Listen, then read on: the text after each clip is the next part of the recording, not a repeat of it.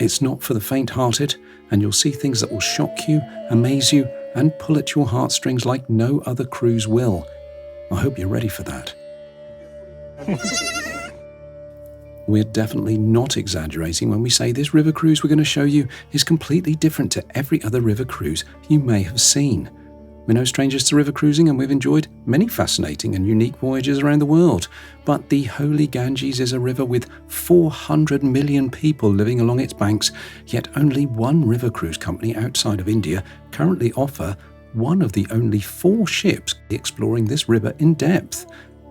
With such a fascinating and exclusive itinerary, this river cruise is about as far from conventional as you can get, and certainly one of the more original and exciting we've experienced so far. Namaste, discerning explorers, to the world's most colourful country, India. In part 1 of this series, which we hope you've watched already, and if not, we really recommend you do, we travelled around India's Golden Triangle, which comprises of 3 cities, Delhi, Agra and Jaipur, a 5-night land tour which was included in this river cruise itinerary. But today we're going to focus on the river cruise section of the trip, which began with an early morning start at Jaipur International Airport as we flew to Kolkata, the capital and largest city in the Indian state of West Bengal, which lies on the eastern bank of the Hooghly River, the western distributary of the Ganges. A short coach ride from the airport gave us our first glimpses of Kolkata, the sprawling metropolis which is home to around 15 million people. Lucky for us then that the boat we were boarding held a maximum of 56 very excited guests. Well, we've got drummers, we've got petal people.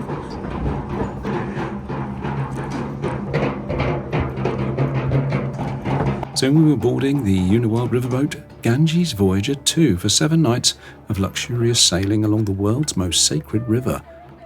We were welcomed by the captain with yet another mara, a traditional flower garland, and a gentle sprinkling of petals. As we'll see later, when we return to Kolkata, India loves flowers. Being shown to our room, the Ganges Voyager 2. This is beautiful, isn't it? Look at this. Oh wow, thank you very much, thank you. The Ganges Voyager 2 is too small for a dedicated ship tour, so you'll see her beautiful public areas throughout this episode. But in the meantime, we were in Heritage Suite 302 right at the front of the ship, with some pretty stunning forward-facing floor-to-ceiling sliding French balcony doors.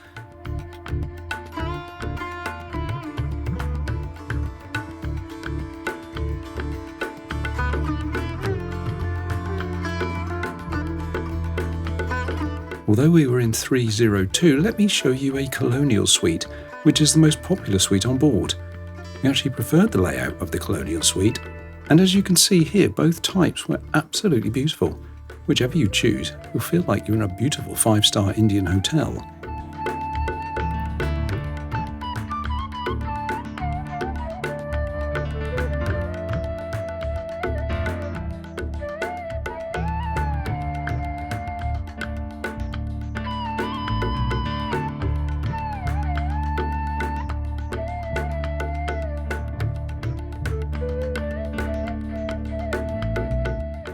With the unpacking done and sailing away from Kolkata, our first evening on board was to meet the captain and crew and of course enjoy a pre-dinner drink and some of the fine cuisine we've come to expect from Uniworld. It had been a long day of travelling, but we were just super excited to be on board. The real adventure was about to begin.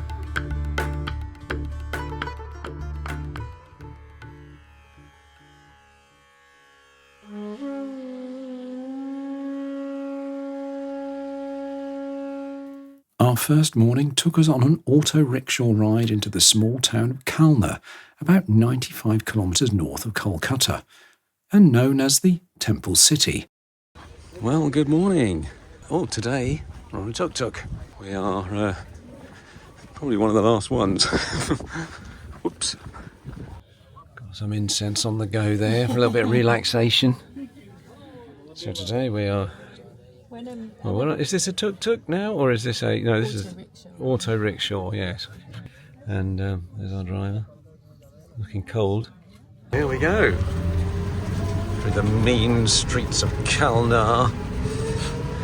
beginning to get rural India.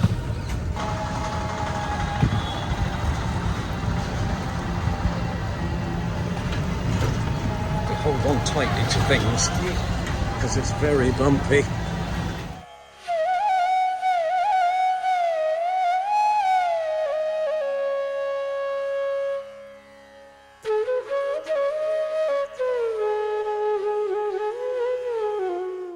Our first stop was the Rajbari temple complex. The Pratapeshwar temple, built in 1849, is embellished with exceptional terracotta carvings depicting myths and rituals as well as scenes of everyday life. Lalji, the oldest temple in the complex, dates to 1739, and the three-storied structure is topped with 25 distinctive pinnacles. Next to it is Krishna Chandra, built in a similar style. There's so much to look at in this complex, so many different things, so many details.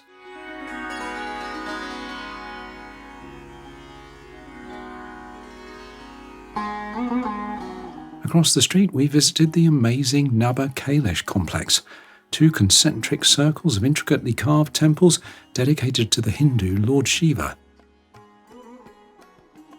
Built in 1809, the inner circle is made up of 34 white temples symbolizing pure thought.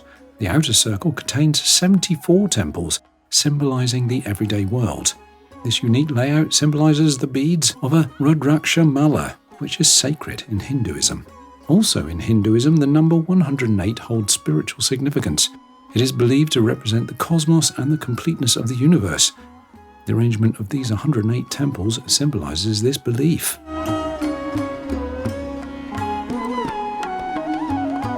Next, you'll stroll through the hustle and bustle of the Kalna Chowk Bazaar, where you'll mingle with the locals as they buy beautifully ripe produce, spices and fresh fish. Honestly, I've never seen so much fresh fruit and vegetables on display here. India really is a fertile land. The fish market area is particularly interesting, with row upon row of fish sellers who take their fish, sometimes still alive, and processes them on these large scythe-like blades in front of you. It's definitely not for the faint-hearted.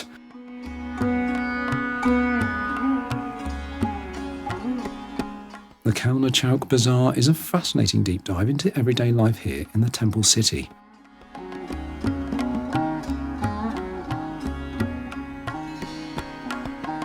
When you go back to the ship, and after every shore visit, the crew of the Ganges Voyager 2 will thoroughly clean your shoes and deliver them back to your suite. Never had that done before. The only time I can wear Birkenstocks with socks and get away with it. Well, this is to stop anything, untoward you may have picked up on the soles during your walk coming on board. And I'll leave that to your imagination. We really hope you're enjoying this video. Everything we offer is free to the viewer. We've got no Patreon, YouTube memberships or any other viewer-style monetization. It's all free to you. If you're enjoying this content and our other videos, the way you can support us is very simple. Click the subscribe button and preferably the bell notification so you'll be informed when new videos are out. Hit the like button and leave us a comment. It's the simplest and totally free way to support us and help us bring you more enjoyable, original and informative river and ocean cruise content. So if you're enjoying this and want to see more, please subscribe, like and comment, or any one of those, but preferably all of them. Thank you so much. Back to the Ganges. During the afternoon, and indeed the whole week, the Ganges Voyager 2 will take you on a journey up the main Indian distributary of the Holy Ganges, the Hooghly River. The sacredness of the Hooghly River is deeply rooted in Hindu mythology, where it is considered the final 260-kilometre stretch of the 2,500-kilometre Holy Ganges, which begins high in the glaciers of the Himalayan mountains and empties out into the Bay of Bengal through the Ganges River Delta, the largest river delta in the world. Bathing in the waters of the Hooghly is believed to cleanse one of sins and is an integral part of religious rituals and festivals. The scenic sailings on this voyage are nothing like you'll have witnessed before on any river in the world. Experienced river cruisers will be fascinated as to how this river is utilised by the local people for numerous purposes. Life on the Ganges is a melting pot of Indian life, from subsistence farming to laundry, teenagers partying and boats equipped with giant speakers blaring out music, and of course, this being a holy river, cremations and other spiritual gatherings. And with 400 million people relying on it, no river is more important to humanity than the Ganges. We'll show you the more extreme examples of the shoreline activity later in the video, so stay tuned and you don't want to miss it.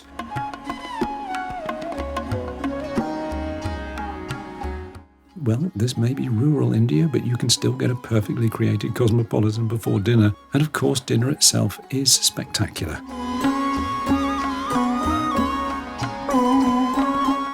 At this stage of the cruise, there is little in the way of evening entertainment, so we retire and wonder what surprises tomorrow will bring.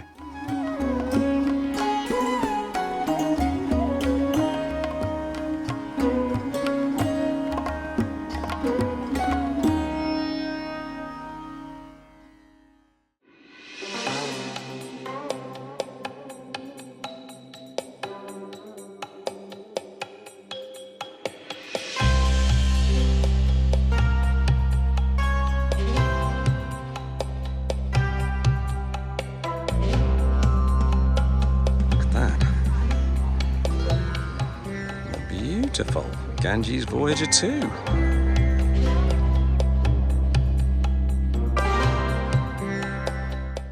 Today we embarked on an early morning wander within the compact and spirited streets and alleys of Matiari, and we discovered not only an abundance of local animal life and charming bright-coloured houses, but also an industrious and devoted community to both their gods, in this town predominantly Krishna, and their crafts. For more than a century, resident artisans here have been making ornamental brass objects like vases, lamps, figurines, platters and goblets, so it's no wonder that production is so well organised and the craftsmen are so skillful. First we watched scrap metal being melted in the village foundry and pressed into new sheets of brass. Then each craftsman specialised in a different step of the process. One might cut the metal while another shapes it into a wide tray, and yet another etches an intricate pattern onto the surface. The sound of hammer-on brass fills the air as you stroll from workshop to workshop to see each step of this fascinating process. The streets of Matiari may or may not resemble yours at home, but there's an enormous amount of pride in this village, and the residents are very friendly and welcoming. The whole family's come out to greet us. He's dancing. Hello.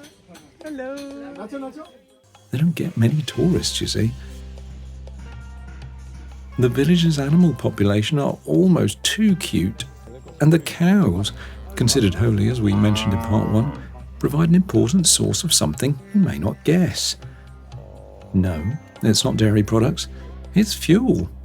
Cow dung is shaped into briquettes and dried in the sun before being burnt for warmth and cooking. It's the ultimate biofuel.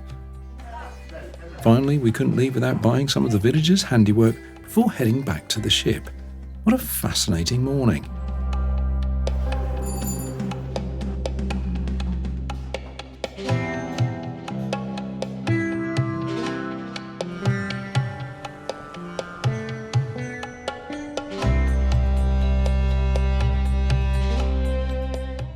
After a delicious light lunch, and with the Ganges Voyager 2 departing for her next destination, one of the many onboard cultural presentations began with an interactive turban and sari demonstration, where the skilled crew wrapped, folded and tucked us all into a variety of traditional Indian garments.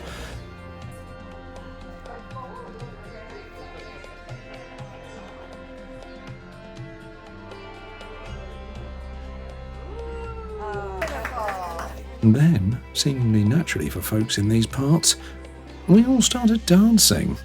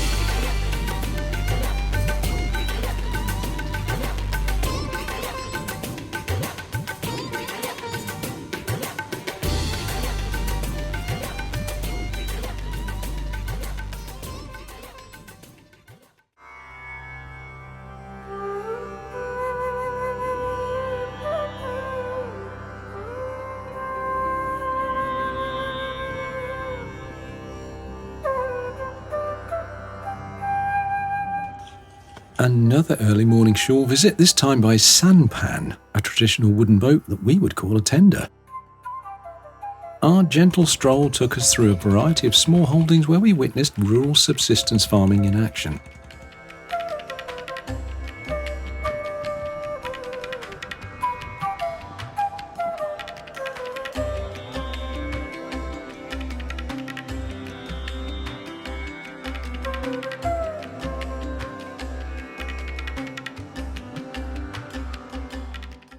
Close by is the Khushbagh cemetery.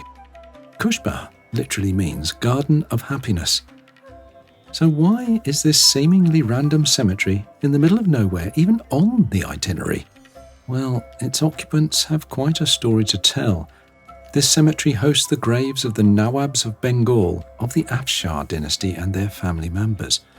The most significant grave in Khushbagh is that of Nawab Siraj-ud-Dowlah, key figure in India's resistance against the British East India Company forces. His defeat at the Battle of Plassey marked the beginning of British rule in Bengal and eventually much of India.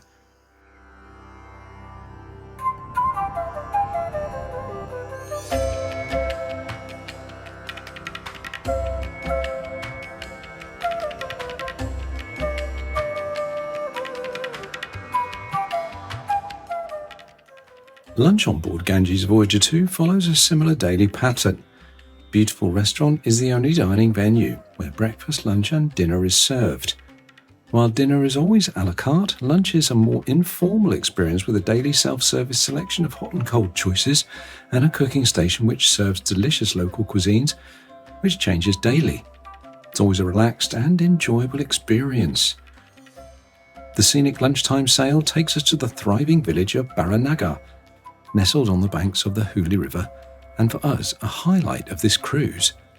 There's so much to see and learn about village life here, from the plentiful supply of organic fuel, courtesy of the village's sacred cows, we've seen that before somewhere, haven't we, to observing more of the cutest local wildlife, to learning about the small businesses and industrious residents.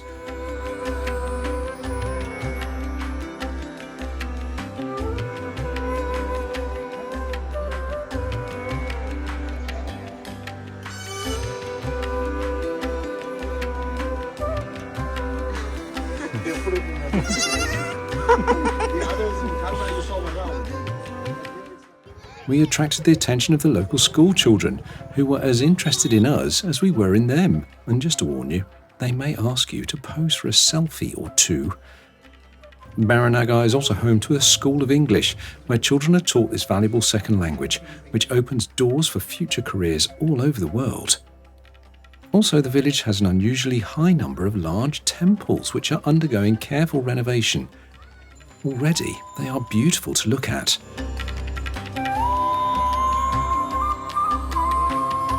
On the way back to the ship, the crew challenged us to join them in the nation's favourite sport, cricket.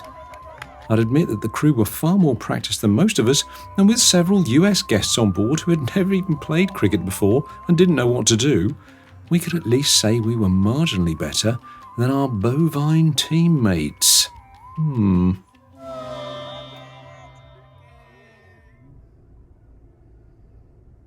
That evening's entertainment, to accompany the ice-cold complimentary Cosmos, was a local magician. Less of a traditional cultural experience, but more of a chance for Helen the skeptic to fall under the magician's spell.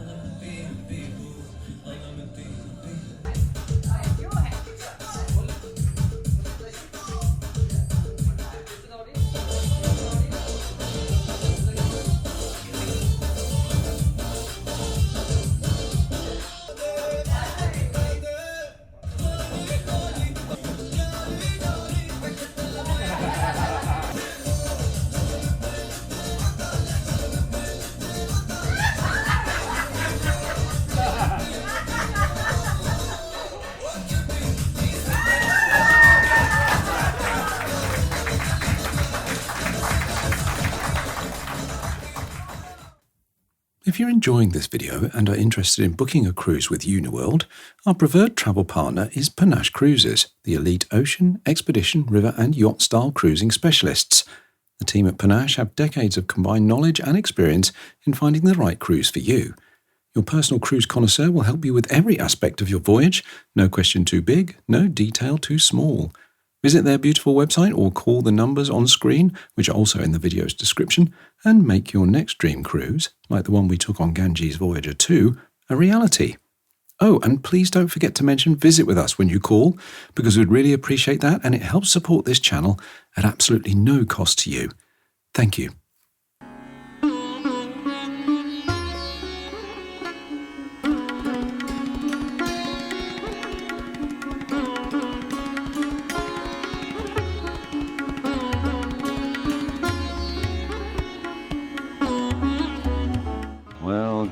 Good morning, and Namaste from Murshidabad. But it's so foggy, we've got a tour of some of the important parts of this extremely historically important town. Used to be the state capital of West Bengal. As you can see, it's not going to be a very picturesque tour. There's literally nothing to see. But we have officially turned the corner on the river, and we're heading back to Kolkata, back to disembarkation. But we won't say that yet, because there's still 3 days to go. And we're enjoying every single minute of it, apart from the weather. That could be slightly more enjoyable. In the meantime, we'll see you on land. Good morning. Good morning. We're in Murshidabad. Good morning. Good morning. Right, let's see what Murshidabad has got for us. New one. Oh, lovely. Look at that. Brand new. Look at this, look. USB connectivity, stereo sound. Probably be a subwoofer in here somewhere. Handles in case things get a little bit fruity on the streets. Well, good morning. Good morning. We are again. We're in the back of the taxi, not tuk-tuk, is it? Auto rickshaw. Auto rickshaw. And don't let anyone tell you that India is always hot. It's not. So we are a bit chilly this morning, and we're on the way. We're off. And there we go. There's the general store. That's the supermarket. It's the local Asda. You can tell it's winter because all the goats are wearing coats. Yeah. They're wearing goat coats. Good. Actually like them in a curry as well, but shh, don't tell them that. Oh, there's an electrical shop there, look. Murshidabad apple straw.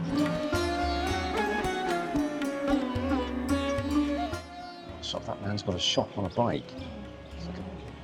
We're hitting our top speed now. Nice house, look at that. Beautiful. Look at that, it's like a palace. It's a train. It's a train line. We're waiting for a train to go. Kolkata. Oh, okay. Well, just entering the market here. Here we are, though. This is lovely. The market. Murshidabad market. The bustling, lively place this is. A lot of things going on here. Oh, my goodness, look at that guy. Wow. The first stop on our auto rickshaw tour was the Katra Mosque. Built in 1724, the Katra Mosque was commissioned by Murshid Quli Khan, the first Nawab of Bengal and the founder of the city of Murshidabad. He played a key role in establishing Murshidabad as the capital of Bengal during the late Mughal period.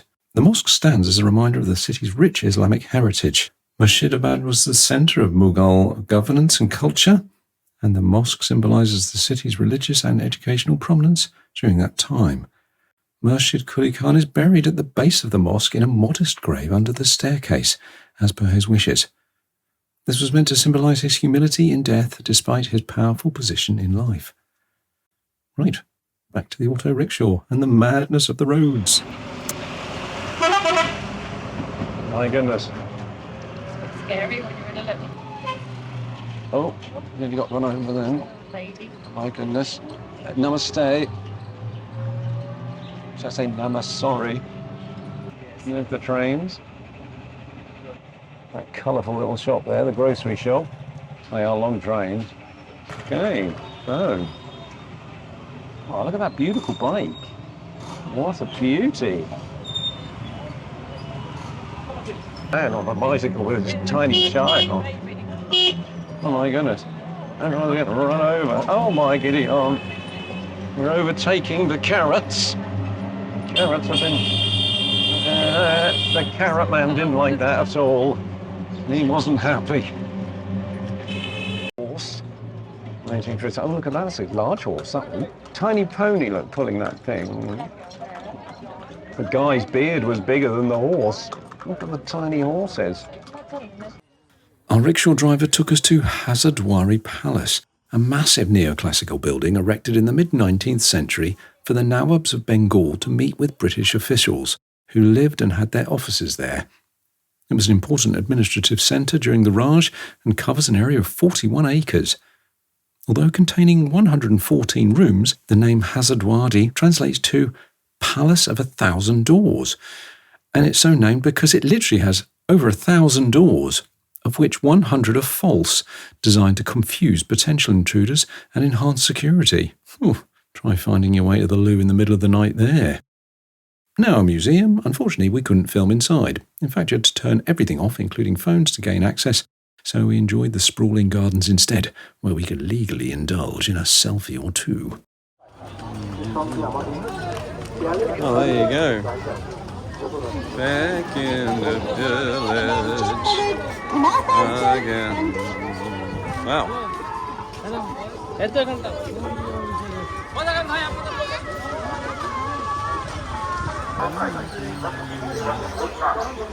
Wow. This is the little road back to the ship. This is a grocery shop. Oh, coming through. Look at that shop there. That's the most colourful shop. Oh, there's the Ganges Voyager 2. After our enjoyable leisurely walk around the hustle and bustle of the town, and stopping to admire the sign, all of a sudden lots of random youths asked me for selfies. I think they were just intrigued as to why a middle-aged, pasty white guy was wandering around their town. I don't think they watch our YouTube channel, funnily enough, but I think they're more just interested in the fact that we come from a faraway country. Now we have an afternoon of on-boat activities because we've got a long way to go. We've got 99 miles or something, haven't we? We have, but we're now going back on board.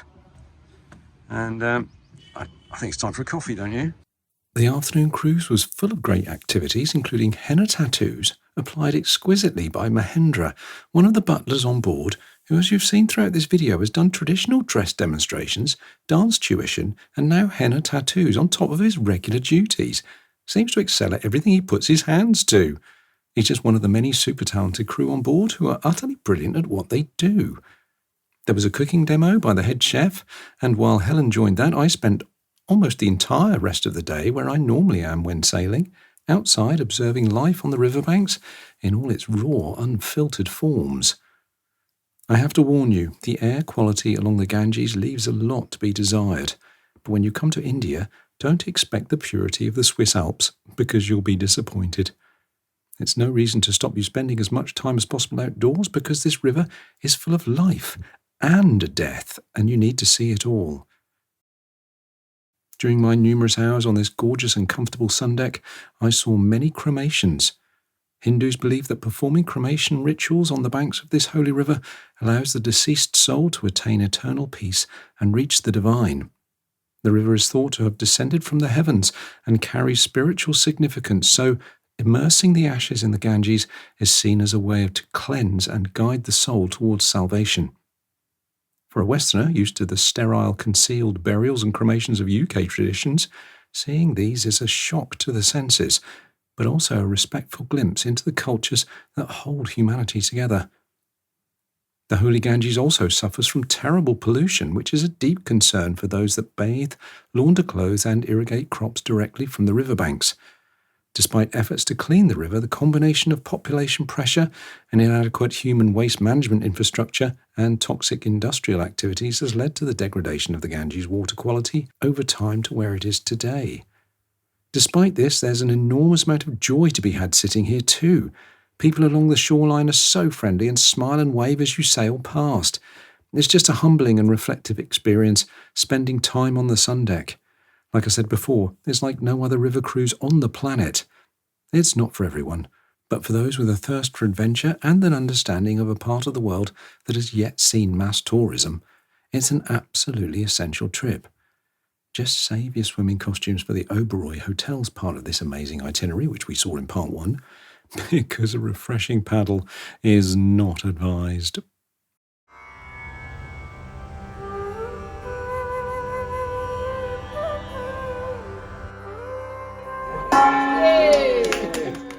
The dinner gong rang every evening to herald the opening of the restaurant. We definitely need more dinner gongs in the world. Well, just more gongs in general. That evening we were treated to a surprise. Have you ever heard a captain sing?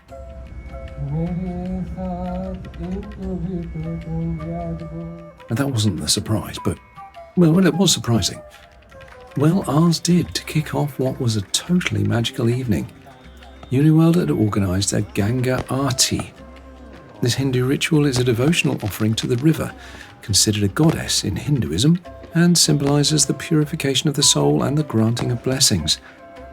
During the Aarti, the devotees place small leaf boats or clay boats containing tea lights, flowers and incense on the water to float downstream.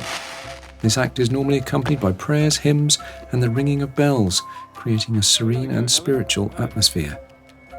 To witness this from the luxury of our beautiful boat was an absolute privilege. Although it was quite difficult to capture these moments on camera for you, dear viewer, let me assure you the sight of hundreds of tiny lights disappearing around the bend of the river before you was a wonderful sight. What an absolutely beautiful end to the evening.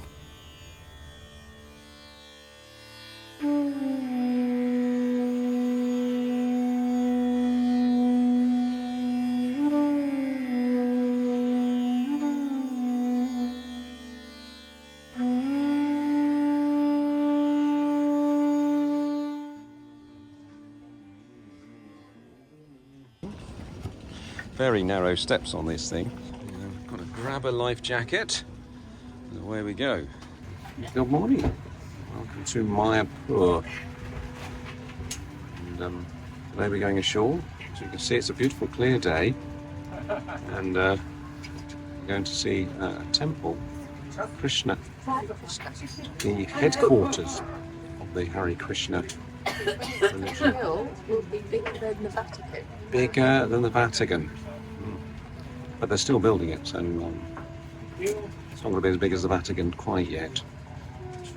But Namaste, he said, with only half a hand. Few places of worship exist on such a grand scale as what you will experience in Mayapur, the centre of the international Hare Krishna movement and home to the new temple of the Vedic planetarium. Look at that there, though, Helen. Oh my goodness. That is unbelievable. Millions of Hare Krishna devotees come from all over the world to this pilgrimage site, which when completed will be larger than the Vatican in Rome. We toured the existing temple complex, including a walk around inside the current main temple in the complex, Sri Mayapur Chandrodaya Mandir, which serves as the global headquarters of the International Society for Krishna Consciousness.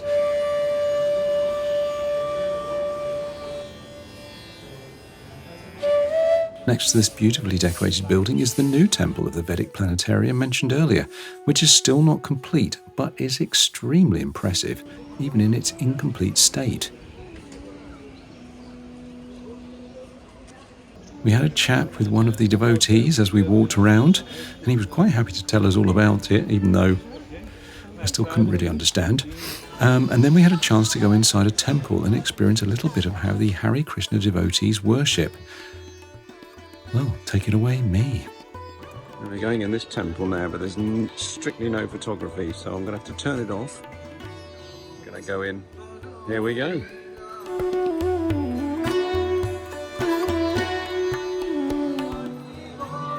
Well, that was the most unusual experience in my life. Unbelievable in there. Absolutely unbelievable. Of course, I can't show you, but it was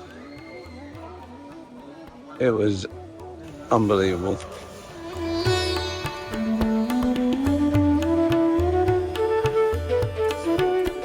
Back to the ship, and look here.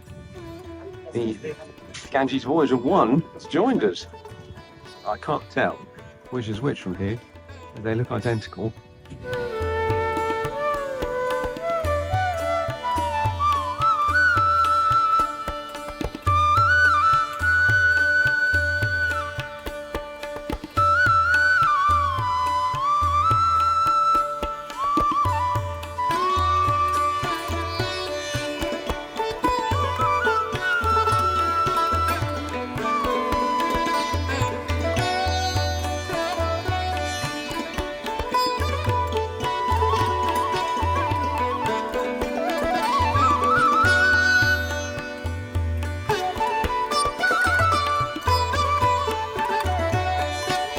Welcome to Chandanagore. Apparently it's the maiden call for the Ganges Voyager 2. I wonder if there'll be a ceremony, like if you were on a ship. I know the captain's come with us. He's looking resplendent in white, probably ready to meet the town's mayor. For centuries, Chandanagar was a French outpost in West Bengal. In fact, Chandanagar itself did not officially become part of India until 1952. So when you step ashore here, you'll find a fascinating mixture of French colonial and Indian architecture. A broad tree-lined riverfront promenade, enjoyed by some furry friends, known as the Strand, shows off the handsomest remaining French buildings, and you'll get the chance to visit the 19th century Church of the Sacred Heart. Our friend Barbara is writing in the visitors book on behalf of the whole group because it's the Ganges Voyager 2 and Uniworld's very first visit to Chandanagore. And I think she has the neatest writing, so... There's something to do with the college, I'm not entirely sure, but they've got these lovely little stalls of Chandanagore local crafts. And of course, Uniworld have got a tea stall over here. I'm going to go for a coffee. Bit of cake, because why not? Now we are heading towards the church. Welcome, says Jesus. I've been in many churches in my time, but I've never been in one that's decorated predominantly in baby pink and lime. It's a first for us. Remarkably, while we were there was a wedding.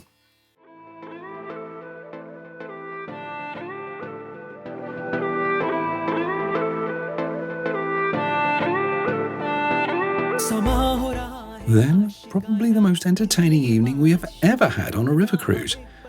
The dancing was staggeringly good. Take a look.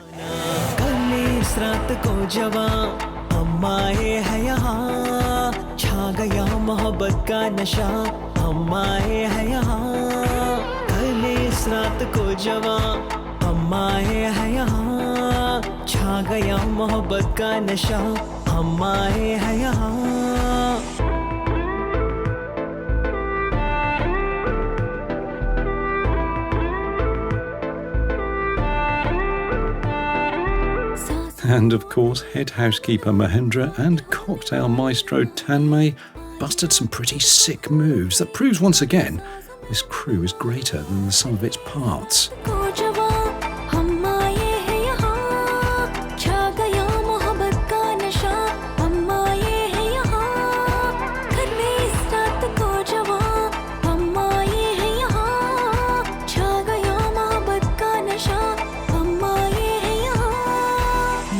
में चूरा जो हो जाने दो थिरकते कदमों को रोको ना परवाह ज़माने की तुम ना करो नादा दिल को खो जाने दो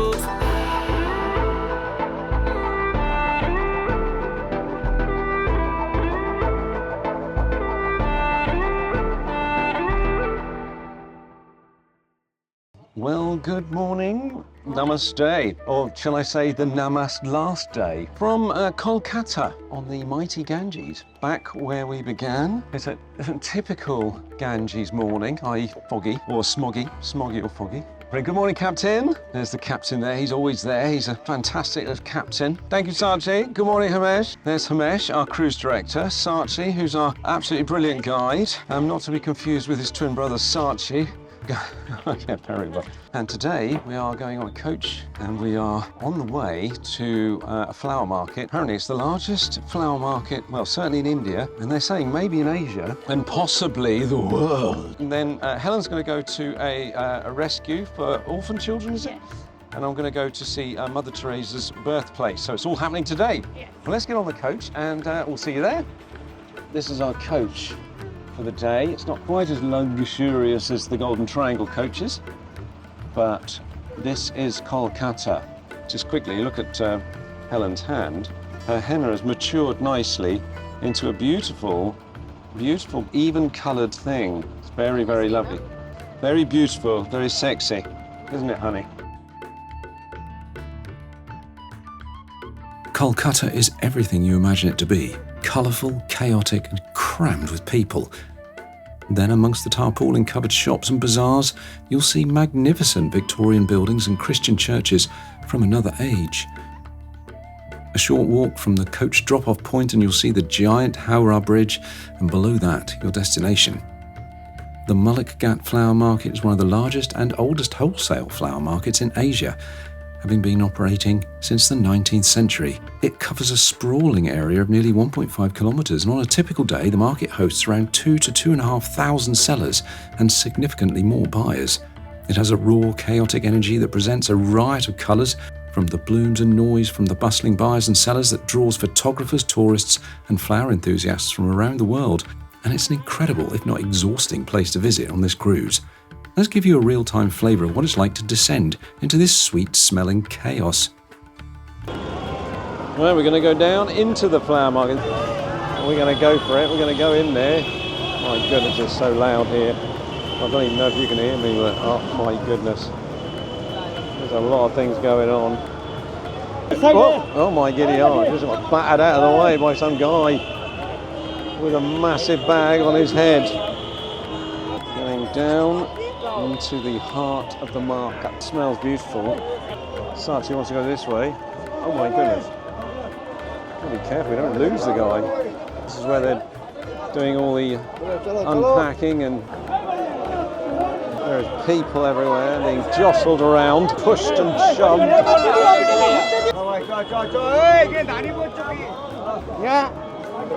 that guy, very frustrated that I was standing there, not moving. I think a swear word in Hindu is probably the same as a swear word in any country.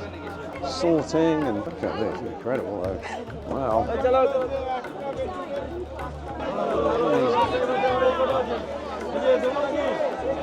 I can see him just, but I can't get to him. Where's he going? Thankfully, we all located Sachi and we got out in one piece, slightly jostled and smelling a little more floral.